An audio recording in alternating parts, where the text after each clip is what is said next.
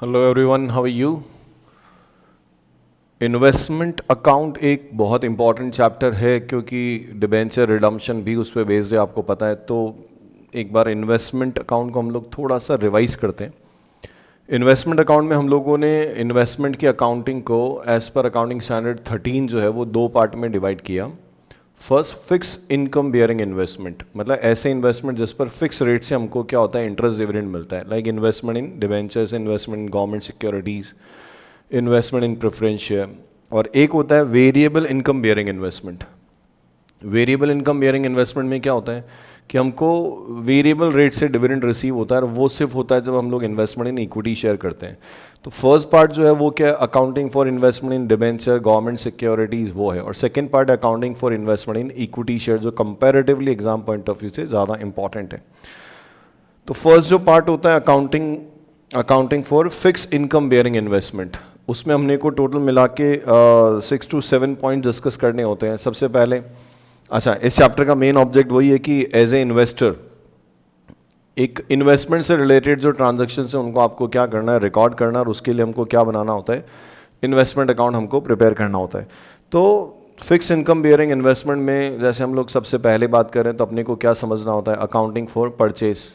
Second, accounting at the time of sale. फिर sale के साथ एक एंट्री और होती है, प्रॉफिट और लॉस ऑन सेल, बहुत इंपॉर्टेंट है।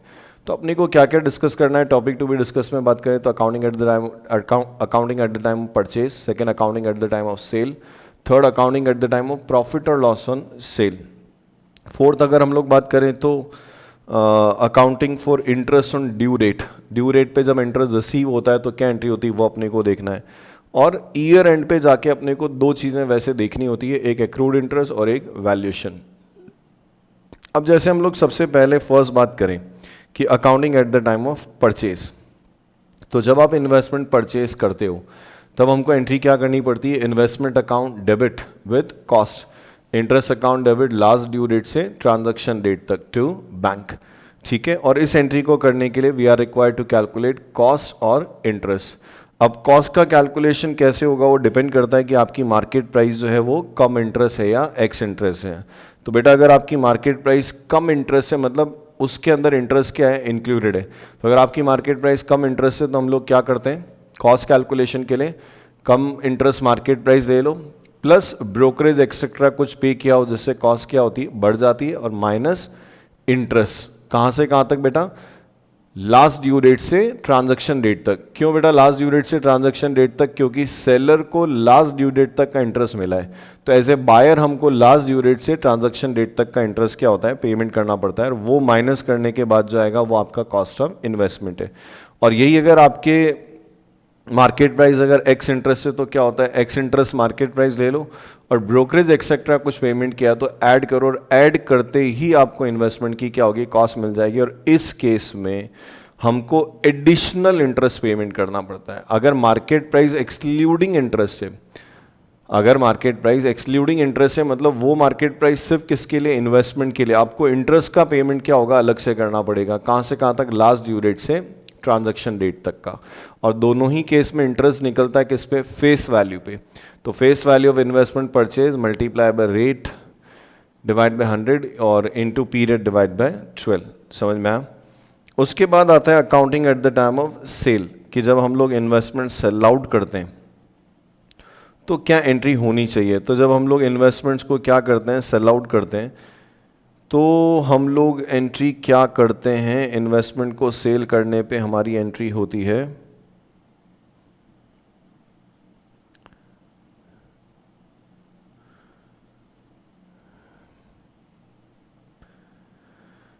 इन्वेस्टमेंट को सेल करने पे हम लोग एंट्री करते हैं bank account debit to interest to investment. ठीक है, bank account debit to interest कहाँ से कहाँ तक, लास्ट ड्यू डेट से ट्रांजैक्शन डेट, और टू इन्वेस्टमेंट विद एनसीआर। अब एनसीआर की कैलकुलेशन कैसे होगी, वो डिपेंड करती है कि आपकी मार्केट प्राइस कम इंटरेस्ट है या एक्स इंटरेस्ट है बेटा। तो अगर आपका मार्केट प्राइस कम इंटरेस्ट है तो क्या करोगे, cum interest market price of investment sold minus brokerage etcetera, क्योंकि सेल पे एक्सपेंस करने से नेट कैश रिसीव कम हो जाता है। तो cum interest market price of investment sold लेना है, फिर उसमें से ब्रोकरेज एक्सेट्रा जो भी आपने पे किया वो माइनस कर दो, और उसके बाद में आपको इंटरेस्ट क्या होगा, माइनस करना पड़ेगा लास्ट ड्यू डेट से ट्रांजैक्शन डेट तक का, तो आपको क्या मिलेगा, एनसीआर मिलेगा। और अगर हम लोग बात करें कि अगर आपकी मार्केट प्राइस एक्सक्लूडिंग इंटरेस्ट से, तो x interest market price of investment sold में से आपको ब्रोकरेज एक्सेट्रा माइनस करना पड़ेगा, वो माइनस करते ही जो आएगा वो आपके लिए क्या होगा, एनसीआर होगा, ठीक है। और इंटरेस्ट हमको इस केस में एडिशनली मिलेगा, अदर देन मार्केट प्राइस मिलेगा। तो उस केस में वही सेम, अब आपको एडिशनल इंटरेस्ट मिलता है तो face value of investment sold into rate upon 100 into period divide by 12, और पीरियड कहाँ से कहाँ तक लेना है, लास्ट ड्यू डेट से ट्रांजैक्शन डेट तक का आपको पीरियड लेना पड़ेगा, समझ में आया। और ध्यान रखना परचेज के केस में ब्रोकरेज कॉस्ट होने की वजह से आपकी कॉस्ट बढ़ा देता है, और सेल के केस में ब्रोकरेज एज आपकी एनसीआर क्या करता है, कम कर देता है। चाहे परचेज और चाहे सेल हो, ब्रोकरेज का जो कैलकुलेशन है वो हमेशा किस पे होता है, मार्केट प्राइस पे। तो मार्केट प्राइस चाहे कम इंटरेस्ट हो चाहे एक्स इंटरेस्ट हो, ब्रोकरेज का कैलकुलेशन जो है वो हमेशा किस पे होता है, मार्केट प्राइस पे होता है, ठीक है। थर्ड पॉइंट, सेल के साथ में एक हिडन ट्रांजैक्शन और अटैच रहता है, प्रॉफिट और लॉस ऑन सेल। तो अगर इन्वेस्टमेंट आपने सेल किए, तो अगर आपने कॉस्ट से ज़्यादा पे सेल किए तो प्रॉफिट होता है, और कॉस्ट से कम पे सेल किया तो आपको क्या होता है, लॉस होता है। तो for calculation of profit loss on sale you are required to compare NCR with cost. आपको एनसीआर को कॉस्ट से कंपेयर करना पड़ता है, और दो कंडीशंस इस केस में होती है। If your NCR is greater than cost तो आपको प्रॉफिट हुआ है, पीएनएल अकाउंट क्रेडिट होता है, इन्वेस्टमेंट अकाउंट क्या होता है, डेबिट होता है। इस केस में हम लोग एंट्री क्या करते हैं, investment account debit to PNL. और अगर आपका NCR is less than cost, NCR is less than cost, तो आपको लॉस हुआ है, और लॉस हमेशा कहाँ जाता है बेटा, पीएनएल अकाउंट के डेबिट साइड में। तो एंट्री क्या करेंगे इस केस में, profit and loss account debit to investment, समझ में आया।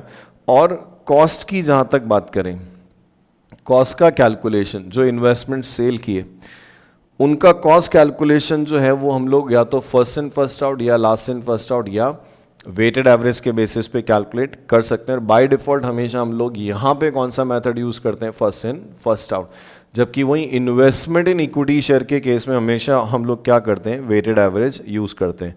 तो हमेशा ध्यान रखना परचेज के साथ एक ही एंट्री होती है, जबकि सेल के साथ दो एंट्रीज होती है। सेल की भी एंट्री होती है और प्रॉफिट और लॉस ऑन सेल की भी एंट्री आपको करनी पड़ती है, समझ में आया। उसके बाद हम लोगों ने बात की थी accounting for interest on due date, accounting for interest on due date.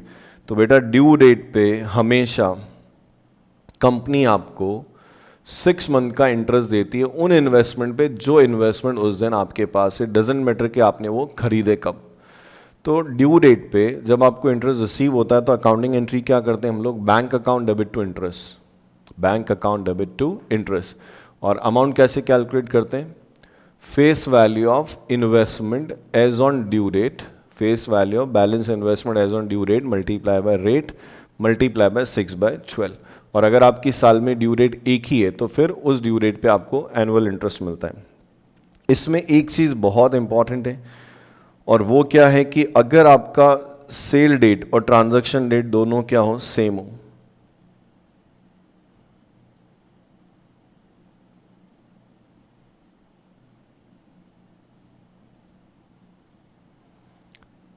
अगर आपका एक चीज़ बहुत इंपॉर्टेंट है कि अगर आपकी ड्यू डेट और ट्रांजैक्शन डेट एक ही हो, मतलब ड्यू डेट पर ही अगर आपका परचेज और सेल भी हो रहा है, तो सीक्वेंस ऑफ, ये बहुत इंपॉर्टेंट रहता है एग्जाम पॉइंट ऑफ व्यू से। तो sequence of recording of transaction depend करता है, sequence of recording of transaction depend करता है कि आपकी जो मार्केट प्राइस है वो कम इंटरेस्ट है या एक्स इंटरेस्ट है।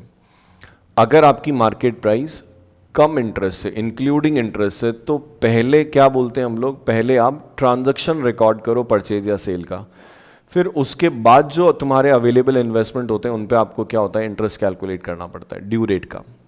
समझ में आया क्या बात कर रहा हूँ, बताएं। अगर ड्यू डेट और ट्रांजैक्शन डेट दोनों सेम हो, तो एक ही डेट पे दो ट्रांजैक्शन हुए, तो sequence of recording of transaction क्या होना चाहिए, वो डिपेंड करता है कि आपकी जो मार्केट प्राइस है वो कम इंटरेस्ट है या एक्स इंटरेस्ट है। तो अगर आपकी मार्केट प्राइस कम इंटरेस्ट है, अगर आपका मार्केट में प्राइस कम इंटरेस्ट है, तो पहले परचेज सेल रिकॉर्ड करो, फिर उसके बाद आपको अवेलेबल इन्वेस्टमेंट पे क्या करना होता है, इंटरेस्ट कैलकुलेट करना होता है ड्यू डेट का। और वहीं पे अगर ट्रांजैक्शन क्या हो, एक्स इंटरेस्ट हो, तो पहले आप क्या करो, ड्यू डेट पे इंटरेस्ट कैलकुलेट करो। अवेलेबल इन्वेस्टमेंट्स निकाल के पहले आप ड्यू डेट पे इंटरेस्ट की अकाउंटिंग करो, फिर उसके बाद परचेज और सेल रिकॉर्ड करो। और इस केस में सबसे इंपॉर्टेंट क्या है कि ट्रांजैक्शन एक्स इंटरेस्ट है, और जनरली एक्स इंटरेस्ट ट्रांजैक्शन के केस में एडिशनल इंटरेस्ट निकलता है, पर यहां पे एडिशनल इंटरेस्ट कैलकुलेट नहीं होता है। ये बहुत इंपॉर्टेंट है यहां पे। उसके बाद हम लोगों ने बात की थी, ये हो गया आपका, क्या हो गया, accounting for interest on due date. और इसमें सबसे ज़्यादा इंपॉर्टेंट ये है कि ड्यू डेट पे अगर कोई ट्रांजैक्शन हो जाए तो उसका सीक्वेंस क्या होना चाहिए वो अपने को देखना होता है। और उसके बाद हम लोगों ने लास्ट बात की थी, जो ईयर एंड पे फर्स्ट चीज़ अपने को देखनी पड़ती है, एक्रूड इंटरेस्ट का अकाउंटिंग। तो अगर दो सिचुएशंस होती है बेटा, अगर आपका ड्यू डेट और ईयर एंड डेट सेम हो, अगर आपका ड्यू डेट और ईयर एंड डेट क्या हो, सेम हो, तो एक्रूड इंटरेस्ट कैलकुलेट नहीं होता है। एक्रूड इंटरेस्ट होता क्या है, ऐसा इंटरेस्ट जो ड्यू डेट ईयर एंड तक ड्यू तो हुआ लेकिन रिसीव नहीं हुआ। एक्रूड इंटरेस्ट की बात करें तो एक्रूड इंटरेस्ट का मतलब क्या हो गया, ऐसा इंटरेस्ट जो ईयर एंड तक ड्यू हुआ लेकिन रिसीव नहीं हुआ, और वो तभी होगा जब आपकी ड्यू डेट और ईयर एंड डेट अलग है। तो अगर आपकी ड्यू डेट और ईयर एंड डेट अगर सेम है, अगर आपका ड्यू डेट और ईयर एंड डेट सेम है, तो एक्रूड इंटरेस्ट कैलकुलेट नहीं होता है। तो एक्रूड इंटरेस्ट बेटा तभी निकलता है, उन्हीं क्वेश्चंस में निकलता है, जब आपका ईयर एंड डेट और ड्यू डेट दोनों क्या हो, अलग अलग हो। और एक्रूड इंटरेस्ट कहाँ से कहाँ तक निकलता है, last due date to year end date, last due date से ईयर एंड डेट तक का एक्रूड इंटरेस्ट निकलता है। मतलब अगर आपकी 30 सितंबर ड्यू डेट है और ईयर एंड अगर आपका 31 दिसंबर है, तो 30 सितंबर से 31 दिसंबर तक के पीरियड का क्या होता है, एक्रूड इंटरेस्ट निकलता है। तो क्या एंट्री होती है एक्रूड इंटरेस्ट के रिगार्डिंग, अगर हम लोग बात करें तो ईयर एंड पे हम लोग एंट्री करते हैं, एक्रूड इंटरेस्ट एसेट्स होता है, इसलिए एंट्री होती है accrued interest account debit to interest. और यही एंट्री नेक्स्ट ईयर के बिगिनिंग में जाके क्या होती है, रिवर्स हो जाती है, तब एंट्री होती है interest account debit to accrued interest. तो क्लोजिंग एंट्री क्या होती है बेटा, एक बार वापस सोचो, क्लोजिंग एंट्री होती है accrued interest account debit to interest, ये इंटरेस्ट अकाउंट के क्रेडिट साइड में आता है।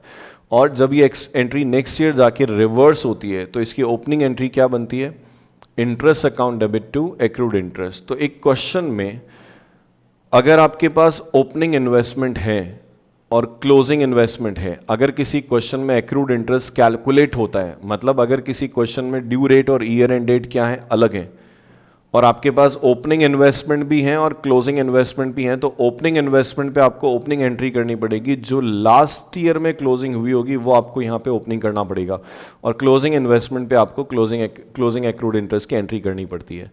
समझ में आया? तो भूल मत जाना, बहुत इंपॉर्टेंट होता है, क्वेश्चन नहीं बोलता है कि एक्रूड इंटरेस्ट कैलकुलेट करना है।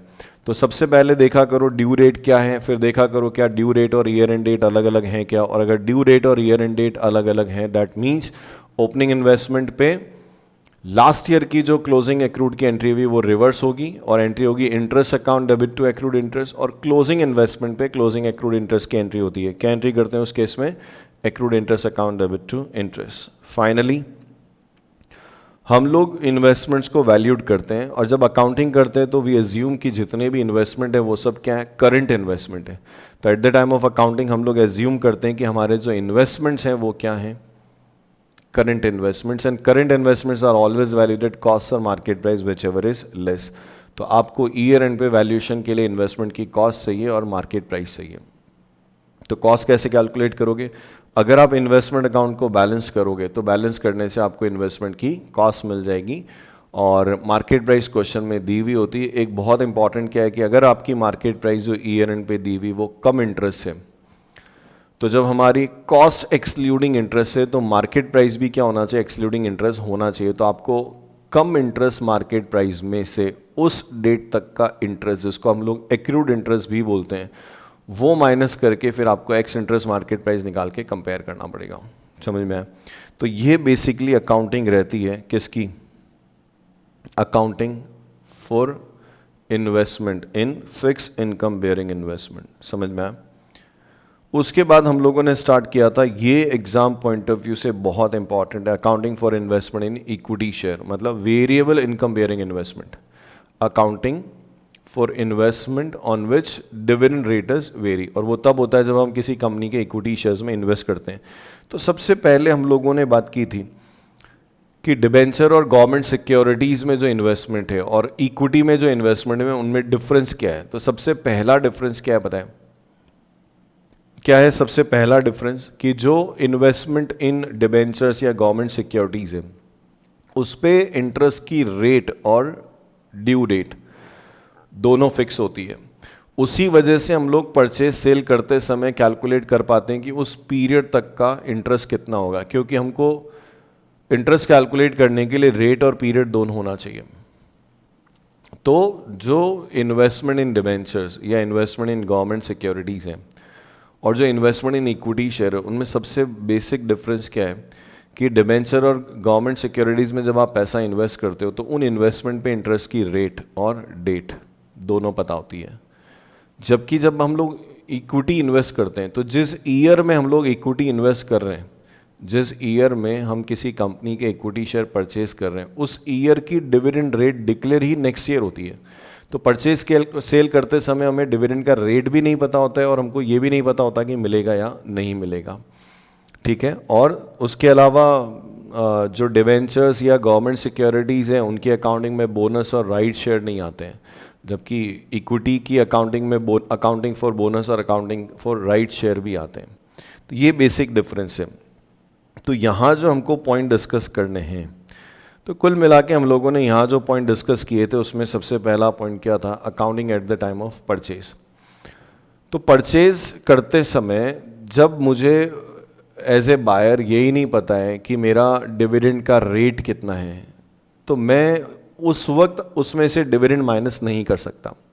तो अकाउंटिंग करते समय हम लोग क्या बोलते हैं कि जब आप इन्वेस्टमेंट परचेज करते हो, कौन से इन्वेस्टमेंट? इक्विटी इन्वेस्टमेंट, तो आप जो भी पेमेंट कर रहे हो वो आपकी क्या है? कॉस्ट है।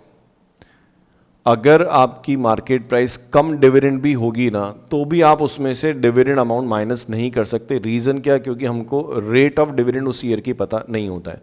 तो सीधा फंडा क्या है कि आपने परचेज करते समय जो भी पे किया वो आपकी कॉस्ट है। तो जब आप investment in equity share purchase करते हो तो आप एंट्री क्या करते हो? Investment in equity share account debit to bank, और बहुत सीधा है, कॉस्ट से एंट्री करनी पड़ेगी। सुन रहे हो? तो जब आप इक्विटी इन्वेस्टमेंट परचेज करते हैं तो हम लोग एंट्री क्या करते हैं? Investment in equity share account debit to bank, investment in equity share account debit to bank. और ये एंट्री किससे होती है? कॉस्ट से होती है। कॉस्ट कैसे निकालते हैं? Market price plus brokerage. जब आप इन्वेस्टमेंट सेल करते हो तो इन्वेस्टमेंट जब सेल करते हैं तो एंट्री होती है bank account debit to investment in equity share, bank account debit to investment in equity share. ये एंट्री होती है एनसीआर से। और एनसीआर कैसे निकालते हैं? मार्केट प्राइस माइनस ब्रोकरेज, ठीक है। उसके बाद accounting for bonus. Bonus as a investor बात करूं तो बोनस के लिए हमको कोई भी प्रॉफिट और लॉस, एक और सेल के साथ बहुत इंपॉर्टेंट पॉइंट होता है प्रॉफिट और loss on cell of investment. तो जब आप इक्विटी इन्वेस्टमेंट सेल करते हो तो सेल के साथ में आपको प्रॉफिट लॉस की एंट्री देनी पड़ती है, और वही प्रॉफिट और लॉस कैलकुलेट करने के लिए आपको यहाँ पे एनसीआर को कंपेयर करना पड़ता है। किससे? Weighted average cost of investment sold. तो एनसीआर तो हम निकाल के रखते हैं, और इक्विटी का वैल्यूएशन हमेशा किससे होता है? Weighted average cost of investment sold से होता है। बाकी वही है, प्रॉफिट होगा तो एंट्री होगी investment account debit to PNL, और लॉस हुआ तो एंट्री होगी profit and loss account debit to investment, ठीक है। फिर उसके बाद हम लोग बात करते हैं अकाउंटिंग फॉर बोनस। तो बोनस के लिए एज ए इन्वेस्टर हम किसी भी तरह का कोई पेमेंट नहीं करते हैं, इसीलिए बोनस की कोई एंट्री होती ही नहीं है। बोनस को सिर्फ और सिर्फ हमको क्या होता है? इन्वेस्टमेंट अकाउंट के डिविडेंड इन्वेस्टमेंट अकाउंट के फेस वैल्यू के कॉलम में शो करना पड़ता है, जिससे अवेलेबल इन्वेस्टमेंट्स क्या हो? बढ़ जाए। और बोनस ही वो रीज़न है जिसकी वजह से इक्विटी इन्वेस्टमेंट हमेशा वेटेड एवरेज कॉस्ट पर क्या होते हैं? वैल्यूड होते हैं। फिर अकाउंटिंग फॉर राइट शेयर था, बहुत इंपॉर्टेंट है। राइट्स में क्या होता है कि जो कंपनी है वो अपने एग्जिस्टिंग इक्विटी शेयर होल्डर को ये राइट देती है कि वो कंपनी जो शेयर इशू कर रही है उसको परचेज कर सकते हैं, या फिर अपना राइट किसी और को क्या कर सकते हैं? ट्रांसफ़र कर सकते हैं। तो एज ए इन्वेस्टर आपके पास दो ही ऑप्शन होते हैं, या तो राइट्स को यूज़ करके शेयर एक्वायर कर लो या राइट्स को सेल आउट कर दो। तो अगर आप राइट को यूज करके शेयर्स एक्वायर करते हो तो that means you are investing. तो आप उस केस में एंट्री क्या कर सकते हैं, investment in equity share account debit to bank, जितने शेयर्स आपने खरीदे multiply by per share price जो भी है। और अगर राइट्स शेयर परचेज करने के बजाय और आपने शेयर को खरीदने का जो राइट है वो अगर आपने क्या किया, सेल आउट कर दिया, तो एंट्री होती है bank account debit to sale of right. क्या एंट्री होती है, bank account debit to sale of right. और as per accounting standard 13 generally ये सेल ऑफ राइट जो है वो एज ए अदर इनकम क्या होता है, पीएनएल में ट्रांसफर हो जाता है और एंट्री होती है sale of right account debit to PNL. पर दो ऐसी कंडीशन है, बहुत रेयर देखने को मिलती है, दो ऐसी कंडीशन है जिनके एग्जीक्यूट होने पे तुम्हारा राइट सेल करने से जो प्रोसीड आया है उसको हम लोग इन्वेस्टमेंट अकाउंट में क्रिएट करते हैं, जिससे कि इन्वेस्टमेंट की कॉस्ट कम हो जाए। और वो दो कंडीशन कौन सी है, पहली ओरिजिनल शेयर आपने कम राइट प्राइस पे परचेज किया हो, ओरिजिनल शेयर आपने कम राइट प्राइस पे क्या किया हो, परचेज किया हो, पहली कंडीशन। सुन रहे हो, original shares are purchase on cum right basis. And second, वो तभी होगा जब राइट अनाउंस होने के बाद और राइट शेयर इशू होने के बीच में आपने ओरिजिनल शेयर परचेज किया होगा, तो ही उनकी प्राइस क्या होती है, कम राइट होती है। और सेकंड, राइट शेयर इशू होने के बाद शेयर्स की मार्केट में प्राइस उस प्राइस से कम हो जाए जिस पे आपने ओरिजिनल शेयर परचेज किए थे, तो आप राइट सेल करने से जो अमाउंट आएगा उसको इन्वेस्टमेंट अकाउंट में क्या कर सकते हैं, क्रिएट कर सकते हैं। अदरवाइज अगर बात करूं तो सेल करने से जो भी अमाउंट रिसीव होगा that will be created to profit and loss account. समझ में आया, ये अकाउंटिंग फॉर राइट शेयर था। उसके बाद सबसे इंपॉर्टेंट होता है अकाउंटिंग फॉर डिविडेंड। तो अकाउंटिंग फॉर डिविडेंड में अगर हम लोग बात करें, अकाउंटिंग फॉर डिविडेंड की बात करें तो हाँ ये रहा, जब आपको इक्विटी इन्वेस्टमेंट्स पे डिविडेंड रिसीव होता है तो वो डिविडेंड बेसिकली दो तरह का होता है, एक होता है कैपिटल रिसीट और एक होती है रेवेन्यू रिसीट। तो कैसे पता चलता है कि जो डिविडेंड रिसीव हो रहा है वो कैपिटल रिसीट है या रेवेन्यू रिसीट है, तो उसका सीधा तरीका ये होता है कि आप मार्क कर लो कि किस पीरियड का डिविडेंड रिसीव हो रहा है, आप ये मार्क कर लो कि किस पीरियड का डिविडेंड रिसीव हो रहा है और आपने इन्वेस्टमेंट कब परचेज की है। तो अकाउंटिंग स्टैंडर्ड 13 क्या बोलता है कि अगर ऐसे पीरियड का डिविडेंड रिसीव हो रहा है जिस पीरियड में तुम्हारे पास इन्वेस्टमेंट थे ही नहीं, तो वो आपके लिए प्री एक्विजिशन डिविडेंड है, कैपिटल रिसीट्स है और उसको आपको इन्वेस्टमेंट की कॉस्ट को कम करने के लिए यूज करना चाहिए। और रेवेन्यू डिविडेंड वही है जो उस पीरियड का डिविडेंड है जिस पीरियड में तुम्हारे पास इन्वेस्टमेंट थे। तो डिविडेंड जब आप रिसीव करते हो तो there are two types of dividend. First, pre acquisition dividend, investment खरीदने से पहले के पीरियड का डिविडेंड, और इन्वेस्टमेंट परचेज करने से बाद के पीरियड का डिविडेंड। तो जो प्री डिविडेंड है बेसिकली वो कैपिटल रिसीट है और उसको इन्वेस्टमेंट की कॉस्ट में से कम करने के लिए इन्वेस्टमेंट अकाउंट में क्या करते हैं, क्रेडिट कर लेते हैं। और जो इन्वेस्टमेंट परचेज करने के बाद का पोस्ट एक्विजिशन डिविडेंड है वो रेवेन्यू डिविडेंड है और उसको हम लोग क्या करते हैं, डिविडेंड अकाउंट में क्रेडिट करते हैं, जहां से वो कहाँ चल जाता है, पीएनएल में। तो तीन बेसिक सिचुएशंस यहां पे बनती हैं ये वाली।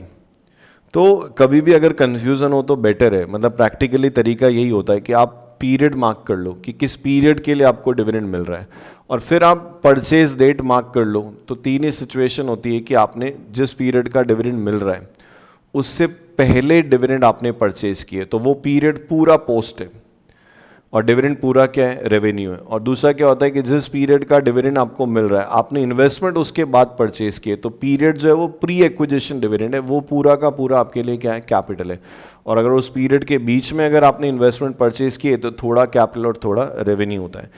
पर प्रैक्टिकली क्या होता है, जब आप प्रैक्टिकल क्वेश्चन अटेम्प्ट करते हो, जब अपन लोग प्रैक्टिकल क्वेश्चन अटेम्प्ट करते हैं तो सारे क्वेश्चन एक ही तरीके, एक ही पैटर्न पर बेस्ड हैं।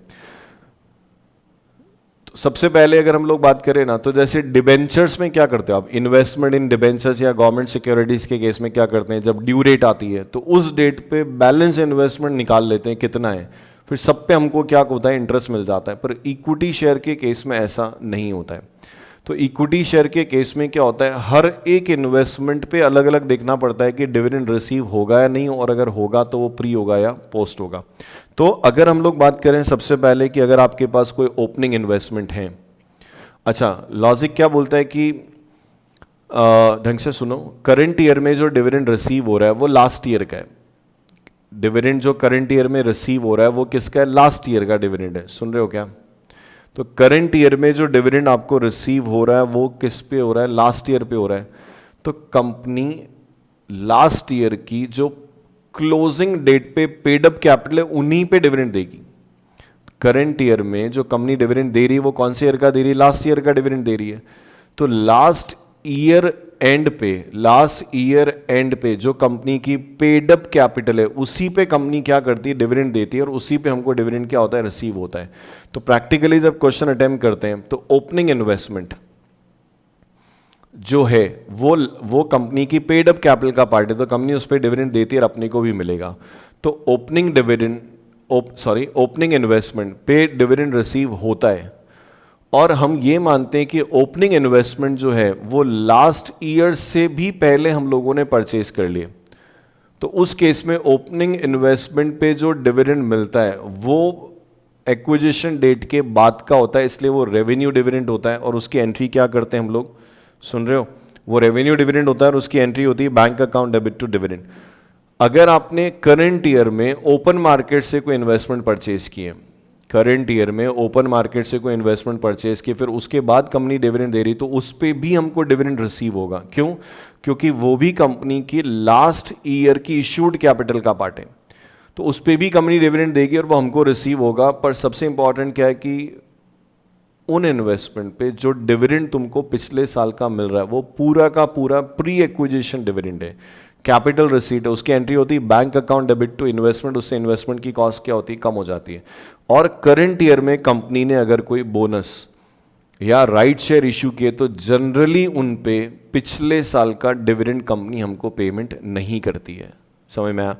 ये बेसिकली बहुत इंपॉर्टेंट है। तो मैक्सिमम क्वेश्चन इसी तरीका है, ओपनिंग है, फिर आपने परचेज किया, फिर आपको बोनस मिला, फिर राइट शेयर मिला, फिर उसके बाद कंपनी ने डिविडेंड डिक्लेयर किया, तो तुमको ओपनिंग पे डिविडेंड मिलेगा, वो पूरा रेवेन्यू होगा। तुमने ओपन मार्केट से जो परचेज किया उस पर डिविडेंड मिलेगा, पर वो पूरा कैपिटल होगा, वो इन्वेस्टमेंट अकाउंट में क्रेडिट होगा।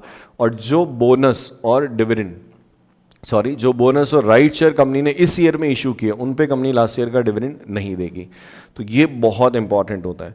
उसके बाद जब आप लोग क्लोजिंग इन्वेस्टमेंट्स का वैल्यूएशन करते हो, चलो अगर मैं बात करूं इक्विटी इन्वेस्टमेंट का वैल्यूएशन हम लोग 2 स्टेज पे करते हैं, जब एक इन्वेस्टमेंट सेल आउट होता है और दूसरा क्लोजिंग इन्वेस्टमेंट पे। तो जब इन्वेस्टमेंट सेल होता है तब भी हम लोग weighted average cost of investment sold निकालते हैं, और ईयर एंड पे भी हम लोग क्लोजिंग इन्वेस्टमेंट का वेटेड एवरेज कॉस्ट निकालते हैं।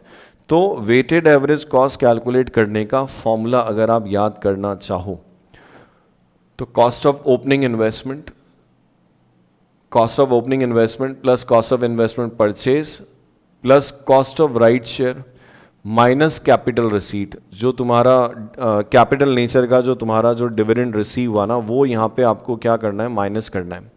और डिवाइड बाय क्या करोगे,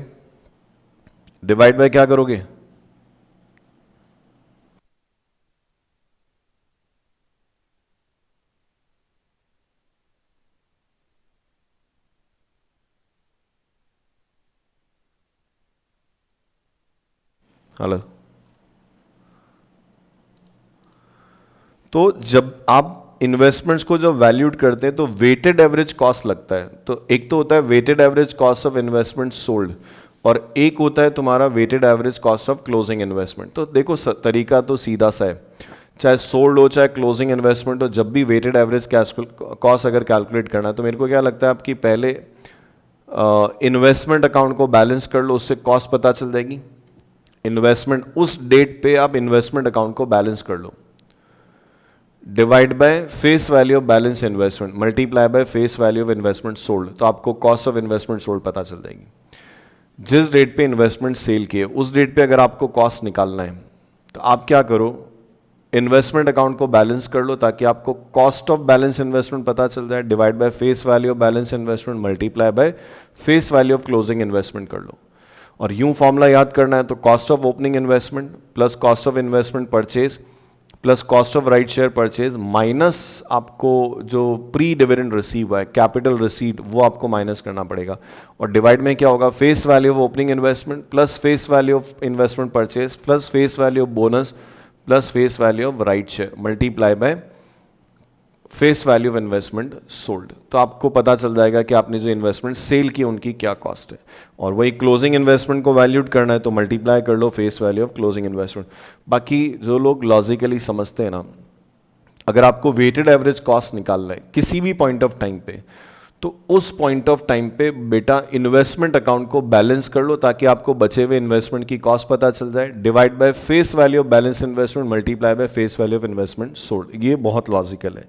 और इंटरिम डिविडेंड की जहां तक बात करें तो बाय डिफॉल्ट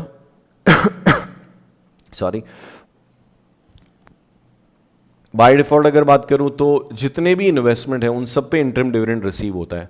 तो opening plus purchase plus bonus plus right share में से जो तुमने सेल कर दिए वो हटा दो, जितने भी तुम्हारे पास उस दिन इन्वेस्टमेंट है उन सब पे तुमको इंटरिम डिविडेंड रिसीव होता है। और इंटरिम डिविडेंड हमेशा रेवेन्यू होता है क्योंकि वो करंट ईयर का डिविडेंड करंट ईयर में आपको रिसीव हो रहा है, उसकी एंट्री होती है bank account debit to dividend. क्या एंट्री करते हैं? Bank account debit to dividend. पर अगर क्वेश्चन बोल दे कि बोनस शेयर पे इंटरिम डिविडेंड नहीं मिलेगा या राइट शेयर्स जो हैं वो इंटरिम डिविडेंड के लिए एंटाइटल नहीं है तो फिर नहीं मिलेगा, otherwise by default interim dividend सब पे मिलता है। समझ में आया? और इंटरिम डिविडेंड हमेशा रेवेन्यू होता है जिसकी एंट्री होती है bank account debit to dividend. तो इस पूरे चैप्टर में अगर हम लोग बात करें सेकंड पार्ट में, तो हम लोगों ने accounting at the time of purchase की बात की, सेल की बात की, प्रॉफिट और लॉस ऑन सेल की बात की, बोनस की accounting for bonus, accounting for right share, accounting for dividend, accounting for dividend के बाद में वैल्यूएशन और वैल्यूएशन के बाद इंटरिम डिविडेंड। ये टोटल मिला के क्या होता है? एक क्वेश्चन बनता है। ठीक है, समझ में आया? तो ये एक हमारा इन्वेस्टमेंट अकाउंट का रिवीजन, जिसको मुझे लगता है कि आप जितनी बार सुनोगे उतनी बार आपके लिए बेटर है। ठीक है बेटा, चलो बाय बाय, टेक केयर।